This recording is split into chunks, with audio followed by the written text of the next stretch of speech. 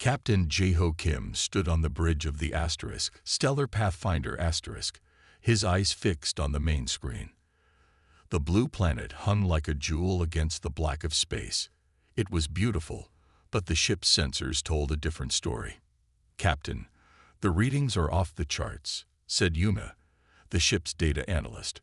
Her fingers moved quickly over her console. "The gravity is 1.3 times what we're used to. The oxygen levels are dangerously high. And these weather patterns," she shook her head. "I've never seen anything like it." Jae-ho nodded. He had seen many worlds in his years with the Galactic Survey Corps, but none quite like this. "Where are the other alien crew members?" he asked.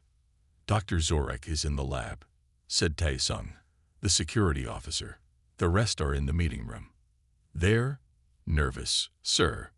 Jae-ho wasn't surprised. The aliens in his crew came from worlds much gentler than Earth, and this new planet was even more extreme. "Classification?" Jae-ho asked, already knowing the answer. "Class 9 Deathworld, sir," Yuna replied. "By Federation standards, nothing intelligent should be able to evolve here." The term Deathworld had always bothered Jae-ho. Humans had been shocked when they joined the Galactic Federation and learned that Earth was considered a Class 8 Deathworld. Most Federation species came from worlds with mild weather, low gravity, and few predators. Humans were seen as strangely tough and adaptable, qualities that made other species both respect and fear them. But this world, this was even more extreme than Earth. "Captain," called Hannah from the science station, "I'm picking up signals from the surface." The bridge went quiet. "What kind of signals?" Jae-ho asked, moving to her station. "Artificial," Hannah said, her eyes wide. "Definitely not natural. They're weak and scattered, but they're there." Jae-ho looked at the planet again. According to everything they knew about evolution, nothing intelligent should exist on that world. Yet something was down there, making its presence known. "We need to investigate," Jae-ho decided. The ship's alien science officer, Dr. Zorek, entered the bridge. His thin blue skin looked paler than usual. "Captain, I must object," he said, his voice high and reedy. "The conditions on that planet are lethal. The radiation alone would kill most Federation species in hours." "Good thing we're human then," Jae-ho said with a small smile. "We've evolved to handle radiation better than most." "Even for humans, this world is extreme," Zorek insisted. "The Federation protocols are clear about Class 9 worlds. We should mark it on the charts and move on." Jae-ho looked around at his human crew members. He saw the same curiosity in their eyes that he felt. Humans had always pushed boundaries, explored where others wouldn't go. "Prepare a landing team," Jae-ho ordered. "Hannah, you'll handle the science. Tae-sung, you'll be in charge of security. We'll take the reinforced shuttle." "I would like to note my formal objection," Zorek said stiffly. "Noted," Jae-ho replied.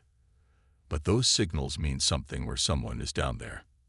And I want to know what." As the humans prepared for the landing, the alien crew members watched with a mixture of awe and horror. To them, humans had always been slightly terrifying. Creatures from a deadly world who could endure pain, heal from injuries, and eat foods that would poison others. Now these strange humans were about to descend to a world even more deadly than their own. In the shuttle bay, Jae-ho checked his gear one last time. Something about this planet pulled at him in a way he couldn't explain. It felt important. It felt, somehow, familiar. "Ready?" he asked his team. Hannah and Tae-sung nodded, their faces showing the same excitement and determination. "Then let's make first contact," Jae-ho said, stepping into the shuttle. None of them knew that they were about to discover not just a new world, but the truth about their own origins, a truth that would shake the foundations of the Galactic Federation. The shuttle shook violently as it entered the planet's atmosphere. Jae-ho gripped his seat tightly. Next to him, Tae-sung checked his weapon one more time. "This turbulence is worse than anything on Earth," Hannah said, her eyes fixed on her datapad. "The air pressure is changing rapidly." Through the shuttle windows, they could see dark storm clouds. Lightning flashed around them, much brighter and more frequent than Earth storms. Aim for that clearing. Jiho pointed to a spot of green between heavy forests. It's near one of the signal sources. The pilot, a young man named Deadwan, nodded tensely. His hands moved carefully over the controls. Landing in 30 seconds, he announced. Brace yourselves. The gravity will feel strong. The shuttle broke through the cloud layer. Below them stretched a vast landscape of deep forests, tall mountains, and winding rivers. It was beautiful, but also wild and untamed. With a heavy thud, the shuttle landed. The team felt the extra gravity immediately. It pulled at their bodies, making every movement harder. Atmosphere check, Jiho ordered. Hannah studied her readings. Breathable, but oxygen-rich. We might feel lightheaded. The radiation is high, but our suits will protect us for about 6 hours. Jiho nodded. Helmets on. We stay together. Taesung, take point. They stepped out onto the surface of the mysterious planet. The gravity pulled at them, but their muscles, evolved on Earth, another high-gravity world, adjusted quickly. Look at these plants, Hannah said in wonder, kneeling beside a bush with purple leaves. They're unlike anything I've seen, but somehow familiar. Stay alert, Taesung warned, his hand on his weapon. Remember, planets like this have dangerous predators. They moved through the forest, following the signal on Hannah's device. The trees towered above them, their trunks wider than 3 people could reach around. The air feels good, Jiho said, surprised. Strong, but good. Despite the warnings about radiation and oxygen levels, the humans found themselves adapting to the environment quickly. It was harsh, yes, but not unbearable. Suddenly, Taesung raised his hand, signaling the team to stop. Movement ahead, he whispered. Through the trees, something large was moving. It stepped into view. A massive creature with 6 legs, thick armor-like skin, and sharp teeth. It looked like a mix between a tiger and a rhinoceros. Don't move, Taesung said quietly. The creature sniffed the air, then turned directly toward them. With shocking speed, it charged. Taesung fired his weapon. The energy blast hit the creature, but barely slowed it down. Jiho pulled out his own weapon as the beast closed in. Then something unexpected happened. A spear flew through the air, striking the creature in its side. The beast roared and turned toward its new attacker. 3 figures dropped from the trees. They were humanoid, dressed in animal skins and plant fibers. They moved with incredible speed and strength, fighting the beast with spears and knives. In seconds, they brought the massive predator down. Then they turned toward Jiho's team. Are they human? Hannah whispered in disbelief. They looked human, but different. Taller, stronger, with denser muscles. Their skin was tough and weathered. Their eyes, adapted to the intense sunlight, were slightly darker. One of them stepped forward. He was tall, with broad shoulders and dark hair pulled back from his face. He studied the newcomers with intelligent eyes. You come from the sky, he said in a rough but recognizable version of standard galactic language. In the metal bird. Jiho stepped forward cautiously. Yes, we are explorers. We come from elsewhere. The man nodded slowly. I am Mun, hunter of the eastern tribe.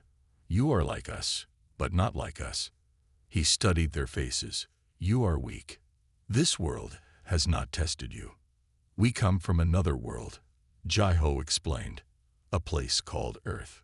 Mun's eyes widened slightly. He exchanged looks with his companions. The ancient stories speak of this, he said. The ones who left. The star travelers. He pointed to a distant mountain. There are ruins there. From before, they hold the truth you seek. What truth? Jiho asked. Mun smiled, showing strong teeth. The truth of where you really come from. The climb to the mountain ruins was hard. The strong gravity made each step a challenge. Jiho noticed that Mun and his people moved easily, their bodies built for this world. "How much farther?" Hannah asked, breathing heavily. "Not far," Mun replied. He pointed to a stone structure ahead, half hidden by vines and trees. The place of knowing. The ruins looked ancient. Stone walls were covered with carvings. Some had fallen, but many still stood tall. Jiho felt a strange feeling as they entered the main building. It was like walking into a dream he once had but couldn't quite remember. "These carvings," Hannah said, touching the wall carefully. "They're similar to early human writing from Earth." Tae-sung looked around nervously. This place must be thousands of years old. Mun led them deeper into the ruins. The air was cool and still. Their lights cast long shadows on the walls. "Here," Mun said, stopping in front of a large metal door. Unlike the stone around it, the door showed no signs of age. "This is where the star travelers left their secrets." Jiho examined the door. It had no handle, just a flat panel in the center. "It's a palm scanner," he realized. "Technology, not magic." Mun nodded. "Only those with the right blood can open it. For generations, our leaders have come here to learn, but much has been forgotten." Jiho placed his hand on the panel. Nothing happened. "Let me try," Hannah said. She pressed her palm against the cool metal. The panel lit up with a soft blue light. There was a hissing sound as the door slowly slid open. "It recognized you," Jiho said in surprise.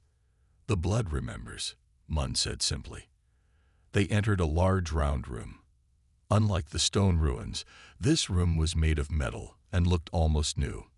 In the center stood a crystal pillar that glowed with its own light. "What is this place?" Ta-sung whispered.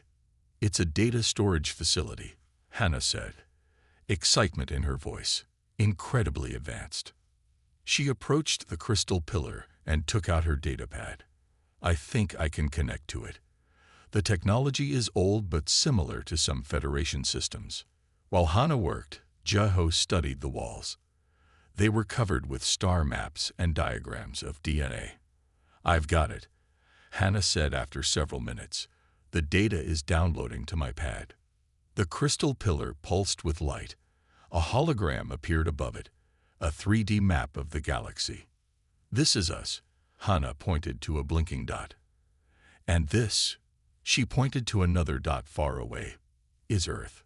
The hologram changed, showing images of people. They wore strange clothes and worked with advanced machines. "These are recordings from over 150,000 years ago," Hannah said, her voice filled with awe. "This planet, which they called Orthe, was home to an advanced human civilization." "What happened to them?" Jiho asked. Hannah continued to read the data. "There was a disaster." "No, not a natural disaster. They were attacked." The hologram showed dark ships filling the sky, cities burning, people fleeing. "They were forced to leave," Hannah said. "Not all of them. Some stayed behind, but most escaped in ships. They traveled across the galaxy, looking for a new home. And they found Earth," Jiho finished. "Yes," Hannah nodded. "A planet similar to this one, but less extreme. They settled there and started over." "So this is our original home," Tai-sung said in wonder. "Humans didn't evolve on Earth at all." Jiho looked at Mun, who was watching calmly. "Your people are the descendants of those who stayed behind." Mun nodded. "We adapted. We survived. The strong gravity made our bodies powerful. The radiation changed us. We became part of this world again." Hannah continued to read the data. "There's something else here. Genetic information." She looked up, her eyes wide. "Jiho, the humans who left took something with them. They changed themselves, made themselves weaker to survive on Earth." "They did what?" Jiho couldn't believe it. "They edited their own DNA to adapt to Earth's milder conditions," Hannah explained. "We're not just from here. We're a weakened version of what humans were meant to be." The truth you came for, Mun said. Now you know. This is impossible, said Ambassador Grell. The tall, thin alien skin shifted from green to yellow, showing his distress. Humans cannot be from a Class 9 Deathworld. It defies all evolutionary theory. Su Bin Quan stood calmly before the Federation Council. At 28, she was the youngest human diplomat ever to address this important body. Today, she represented all of humanity. The evidence is clear, Su Bin said. She pointed to the holographic display showing the data from Earth. The genetic markers match. The ancient records are intact. Humanity originated on Earth, not Earth. The council chamber erupted in loud voices. Representatives from over 50 alien species argued with each other. Some sounded angry, others afraid. Su Bin looked around the grand room. The Federation had welcomed humans 20 years ago. Humans had been seen as newcomers, young and inexperienced. But they had proven themselves tough, smart, and adaptable. Some aliens admired these traits. Others feared them. Now, this new discovery changed everything. Ambassador Thrix, a blue-skinned being with 4 arms, raised his voice above the others. If humans evolved on a Class 9 world, then they are far more dangerous than we thought. They have been hiding their true nature. We hid nothing, Su Bin replied firmly. We did not know ourselves. This discovery is as surprising to us as it is to you. On the main screen, Captain Jiho appeared. He was still on Earth with his team. Council members, I understand your concern, but this knowledge gives us a chance to better understand each other. What it tells us, said Ambassador Thrix, is that humans are natural super predators. Your kind was shaped by the most extreme and deadly conditions in the galaxy. Many council members nodded in agreement. Su Bin noticed several ambassadors having quiet, private conversations. She knew they were discussing how this news would affect the balance of power in the Federation. The Ortha colony must be closed immediately, said Ambassador Grell. No further human settlement can be allowed there. That is not your decision to make, Su Bin said calmly. Ortha is humanity's original home. We have every right to return there. The Federation president, a wise old being named Zur, raised his hand for silence. What do humans plan to do with this knowledge, Ambassador Quan? Su Bin took a deep breath. We wish to establish a research base on Earth, to learn about our true past, to reconnect with the people there. Nothing more. For now, muttered Thrix. But what happens when humans reconnect with their true nature, when they regain the strength they once had? On another screen, Earth's president appeared. The Federation has always valued diversity, different species from different worlds, working together. Are you now saying that humans are too different to be accepted? The room fell silent. We should take time to consider this matter carefully, President Zur said finally. The council will meet again in 3 days. As the meeting ended, Su Bin walked to the garden outside. She needed fresh air. The Federation capital was built on a world with light gravity and mild weather. Humans found it pleasant but boring. Her communication device beeped. It was a private message from Jiho. There's more, his message said. The attack on ancient Ortha wasn't random. They were targeted because of their potential. And we have reason to believe the attackers still exist somewhere in the galaxy. Be careful who you trust in the council. Su Bin looked up at the stars. Somewhere out there was Earth, where humans had lived as refugees for thousands of years. And now Earth, their true home, called to them. She knew the next few days would change the course of human history forever. The Federation feared what humans might become if they reconnected with their true home world. Perhaps they were right to be afraid. After all, a species born on a death world and tempered by exile was not one to be taken lightly. Jiho followed Mun through the dense forest. Hana and Taesung walked behind them. The high gravity made each step harder than it would be on Earth, but after 3 days on Ortha, they were starting to adjust. Your village is far, Jiho said, wiping sweat from his forehead. Mun smiled. We live in the deep places, away from the great storms. Only the strong can reach us. They climbed over fallen trees and crossed shallow rivers. The wildlife watched them from a distance. Many creatures here were bigger and stronger than earth animals, predators with thick armor, plants with sharp thorns. Tai Sung pointed to the sky. The clouds are getting darker. Another storm. Yes, Mun nodded. But we will reach my village before it hits. My people want to meet you, the soft ones who came from the stars.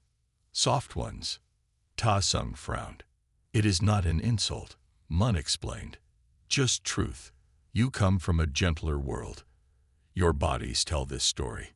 As the day went on, Jeho noticed more signs of human life. Carved marks on trees, small traps for animals, paths that were almost invisible unless you knew where to look. How many of your people live here? Hannah asked. Many tribes across the land, Mun replied. Maybe 10,000 in all. We are few, but strong. They reached the top of a hill and Mun stopped.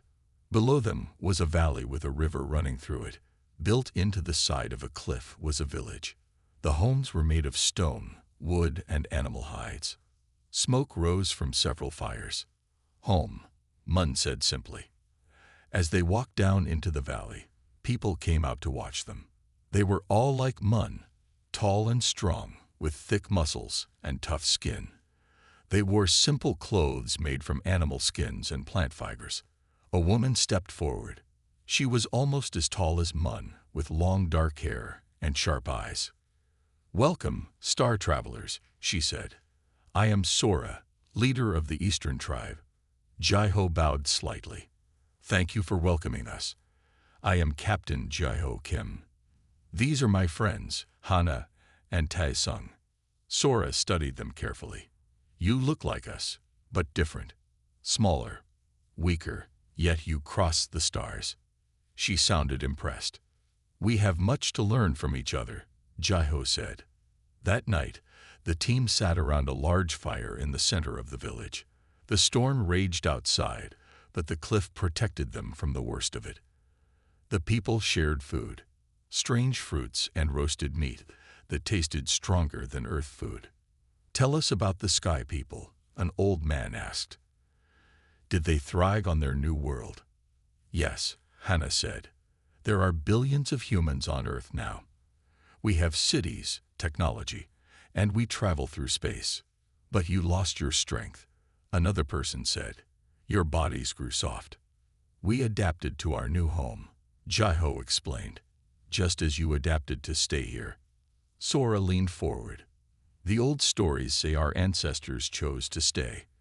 They refused to leave our true home, even when the darkness came from the sky. The darkness, Ta Sung asked. Great ships that blocked the sun, Sora said. They brought death. They wanted to destroy all humans. Why? Jeho asked. The elders say it was fear, the old man replied. The sky monsters saw what humans could become. They saw our future, and it frightened them. Hannah looked at her data pad, which contained the information from the ruins. The records say the attackers called themselves the Void Harbingers. They believed humans had the potential to dominate the galaxy. And they still exist? Jeho asked. Sora nodded grimly. The stories say they sleep among the stars, waiting. They will return when humans grow strong again. Jeho thought about the Federation Council and their fear of humans. Some of the oldest species had reacted with unusual alarm to the news about Earth. We need to warn Earth, he said quietly to Hana. I think some of those Federation members might know more about these Void Harbingers than they're telling us. A young boy ran into the circle, breathing hard. Ships, he said. Many ships in the sky. Jeho stood up quickly. Are they Federation ships? The boy shook his head. They bear the mark of Earth. The Earth ships filled the sky above the village. 5 large warships and several smaller vessels. Their engines glowed bright against the dark clouds. They're not supposed to be here, Jeho said. The Federation hasn't approved Earth settlements yet. He activated his communicator. A man's face appeared on the small screen. He wore the uniform of an Earth Fleet admiral. Captain Kim. I am Admiral Do-hyun Lee of the Earth Defense Force. We received your data transmission about Earth. The President sent us immediately. Admiral, the Federation Council is still debating this matter. Jai-ho warned. Your presence here could cause problems. The Admiral's face hardened. With respect, Captain, this is humanity's true home world. We won't let alien politics keep us from it. Jai-ho looked at Sora. The tribal leader was watching the ships with a mix of wonder and worry. These are your people? She asked. Yes, Jai-ho nodded. But they have come too quickly, with too many weapons. A shuttle descended from one of the larger ships. It landed in an open area just outside the village. Admiral Do-hyun stepped out, followed by armed soldiers. He was a tall man with short gray hair and a serious face. Jai-ho, Hana, and Tae-sung went to meet them. Mun and Sora followed at a distance. Admiral. Jai-ho saluted. Welcome to Earth. Do-hyun looked around, his eyes wide. So it's true. Our ancestral home. He took a deep breath of the heavy air. It feels strong here. It is a Class 9 Deathworld. Hana reminded him. The radiation alone would harm most Federation species. But not us, Do-hyun said with a slight smile. We came from here. Our bodies remember, even if our minds forgot. Jai-ho introduced the Admiral to Mun and Sora. The Earth soldiers stared at the native humans with surprise. The Orthihumans were taller and stronger than the visitors from Earth. We have much to discuss, Do-hyun said. The data you sent has caused a stir on Earth. People are excited to learn about our true origins. Inside Sora's home, which was built partially into the cliff face, Jai-ho showed the Admiral the full data from the ancient ruins. The Void Harbingers, Do-hyun said, his voice low. You believe they still exist. Some evidence suggests they might be connected to certain Federation species, Jai-ho explained. The oldest members of the Council reacted with unusual fear when they learned humans came from Earth. Hana pointed to images on her datapad. The ancient records describe the Harbingers as watchers from the void who feared human potential. They believed that a species born on such a deadly world would eventually dominate the galaxy. So they tried to wipe us out, Do-hyun said. And now, after all these thousands of years, humans are traveling in space again. Which might wake them up, Tae-sung added, if they still exist. Sora, who had been quiet, spoke up. Our oldest stories tell of the enemy's promise. They would return if humans ever reached for the stars again. Jai-ho's communicator beeped. It was a message from Subin at the Federation Council. Emergency, her message read. The Council has discovered Earth's ships at Earth. Some members are calling it an act of aggression. But there's something else. Ambassador Xorl has resigned suddenly and disappeared. He was one of the oldest council members, from a species called the Watchers. The Watchers, Hana repeated, checking her data. That name appears in the ancient records as allies of the Void Harbingers. Do-hyun stood up, his face grim. We need to prepare. How many people are in your tribe? He asked Sora. About 500, she replied. But there are other tribes nearby. We should move them to safety, the Admiral said. If these Harbingers are real and still out there, they might target Ur the first. Suddenly, alarms sounded from the Earth ships. One of Do-hyun's officers rushed in. Admiral, we've detected a large object emerging from deep space. It's on course for Earth. How large? Do-hyun asked. Massive, sir. Bigger than anything in our records. Jai-ho and Do-hyun exchanged worried looks. It has begun, Sora said quietly. The massive object in space slowed as it approached Earth. Admiral Do-hyun's ships formed a defensive line. It's a ship, Hana said, looking at the scanner readings. Bigger than anything the Federation has. And it's old, very old. Harbinger? Jai-ho asked. I don't think so, she replied. The design is different. Messages flashed between Earth ships and the Federation Council. Su Bin's face appeared on the main screen in the command center they had set up in the village. "The Federation is sending ships," she said, "but they will take hours to arrive." "We may not have hours," Admiral Du Hyun replied grimly. Sora had called together leaders from other nearby tribes. They gathered in the village center, strong men and women who had survived for generations on this harsh world.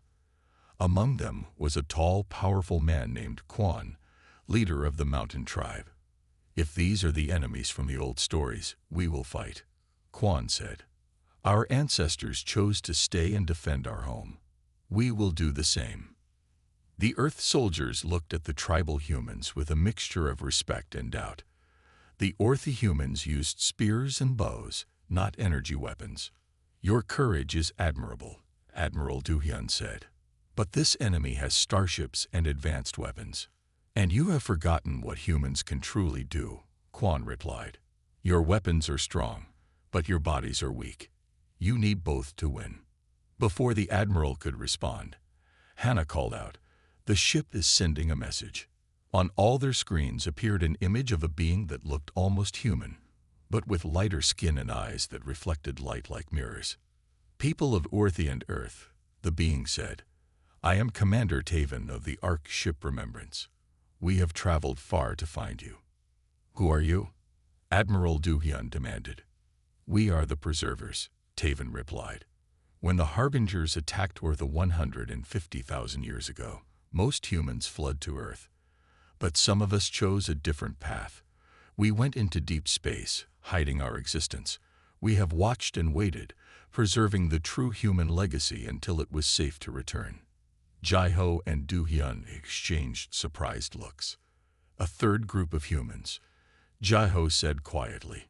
"Not those who went to Earth, not those who stayed on Earth, but those who went into deep space." Sora stepped forward. "The old stories speak of this. The Star Guardians who promised to return when the enemy showed itself again. The Earth ships scanned the Ark ship. It contained thousands of humans, living in a self-contained world. Their technology was far advanced, but based on the same principles the ancient Earth civilization had developed. Commander Taven's ship sent them data. For thousands of years, we've monitored the Void Harbingers. They went into hibernation after they thought they destroyed humanity. But now they are waking. Your return to Earth has triggered their ancient protocols. Why did they want to destroy us?" Admiral Du Hyun asked. "Because of what you are," Taven replied. "A species born on a Class 9 Deathworld has potential beyond other races. Humans adapt faster, think more creatively, and survive conditions that would kill others. The Harbingers and their allies, the Watchers, believe such species will eventually dominate the galaxy." Hours later, representatives from all three human groups gathered in the village. Earth humans with their technology, Orthy humans with their strength and knowledge of the planet, and the Preservers with their advanced ships and weapons. "We each kept a part of what makes us human," Taven said. "Earth humans preserved our ingenuity and creative thinking. Orthy humans maintained our physical strength and connection to our home world. And we Preservers kept the technology and knowledge of our ancestors. Together, we are stronger than any one group alone," Jai-Ho realized. Admiral Du Hyun nodded. "A true homecoming for all humanity." Quan, the mountain tribe leader, looked skeptical. "You Earth humans look down on us as primitives. How can we work together?" A young Earth soldier stepped forward. She had been watching the Ortha hunters train. "Teach us," she said simply. "We want to learn how to be strong again." The mistrust began to melt away as Earth humans and Ortha humans started to share their knowledge. The Preservers shared technology that worked with human biology in ways Federation tech never could. "The Harbingers will come," Taven warned. "And when they do, only united humanity will stand a chance." As night fell, Jai-Ho watched Earth soldiers learning to throw spears from Ortha warriors. The two groups were different, yet the same. Just as he thought, his communicator beeped urgently. "Multiple ships detected at the edge of the system," came the report. They're not Federation design. The sky above Earth darkened as the Harbinger ships entered orbit. 5 black vessels shaped like giant arrowheads. They moved silently, their surfaces absorbing light rather than reflecting it. Just like in the ancient records, Hannah said, looking at the images on the screen. They haven't changed their design in 150,000 years. In the command center, human leaders from all 3 groups gathered around a holographic map. Admiral Du Hyun stood with Commander Taven of the Preservers and Quan of the Mountain Tribe. "They outgun us," Admiral Du Hyun said grimly. "Even with the Preserver ship, we're outnumbered. But we have something they don't expect," Jai-Ho said. 3 types of humans working together: Earth technology, Preserver knowledge, and Earth strength. A message came through on all channels. The screen showed a being with gray skin and eyes like black pools. When it spoke, its voice was cold and mechanical. "Humans of Earth and Earth, I am Sentinel Xoral of the Void Harbingers. Your species was judged and found too dangerous to exist 150,000 years ago. That judgment stands. Surrender now, and your end will be quick." Admiral Du Hyun stepped forward. "We will not surrender our homeworld. Not again." The Harbinger made a sound like metal scraping. "Then you will die like your ancestors." The screen went dark. "Xoral," Jai-Ho said. The same name as the Federation Council member who disappeared. "The Watchers and Harbingers have been hiding among us all this time," Commander Taven said. "Keeping watch, making sure humans didn't grow too powerful." The first attack came suddenly. Energy beams struck from the Harbinger ships, targeting the Earth vessels. 2 smaller Earth ships exploded instantly. "Return fire," Admiral Du Hyun ordered. The battle in space began. Earth ships fired their weapons, but they seemed weak against the Harbinger vessels. The Preserver Arc ship fought better, its advanced shields holding. On the surface, Jai-Ho and Tai-Sung worked with the tribal humans to prepare defenses. They knew the Harbingers would send ground forces soon. "They're launching dropships," Hannah reported, watching the scanner. "At least 20, heading for our location." Quan gathered his warriors. "We will show these Harbingers what happens when they threaten our world again." The Earth soldiers looked nervous. They had trained on Earth, with its lower gravity and milder conditions. Here on Earth, they tired quickly and moved awkwardly. Sora saw their struggle. "You fight like Earth humans," she said, "but you must fight like Earth humans now." She showed them how to use the planet's strong gravity to their advantage, how to conserve energy, how to move in short, powerful bursts. The first dropships landed a mile from the village. From them came mechanical soldiers, tall metal beings with weapons built into their arms. "Sentinels," Commander Taven explained. "The foot soldiers of the Harbingers." The Sentinels advanced through the forest. They moved precisely, scanning for threats. But they didn't understand the environment. They sank in soft ground. They got caught in thick vines. The heavy gravity affected even their metal bodies. The Earth humans knew their world. They used the environment as a weapon. They led the Sentinels into natural traps, deep mud pits, areas with dangerous animals, places where the ground itself was unstable. Earth soldiers provided covering fire with their energy weapons. The Preservers used their advanced technology to disrupt the Sentinels' communications. In space, the battle continued.